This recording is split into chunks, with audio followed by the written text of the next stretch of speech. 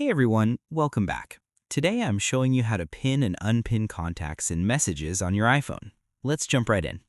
First, open your Messages app. To pin a contact or conversation, find the message thread you want to pin. Now, long press and hold on that conversation until a menu appears. You'll see an option that says Pin, tap on it. That's it. Your contact is now pinned to the top. You can pin multiple contacts or even group chats using the same method. Just long press and hold each conversation, then tap Pin. The key here is holding long enough for the menu to pop up.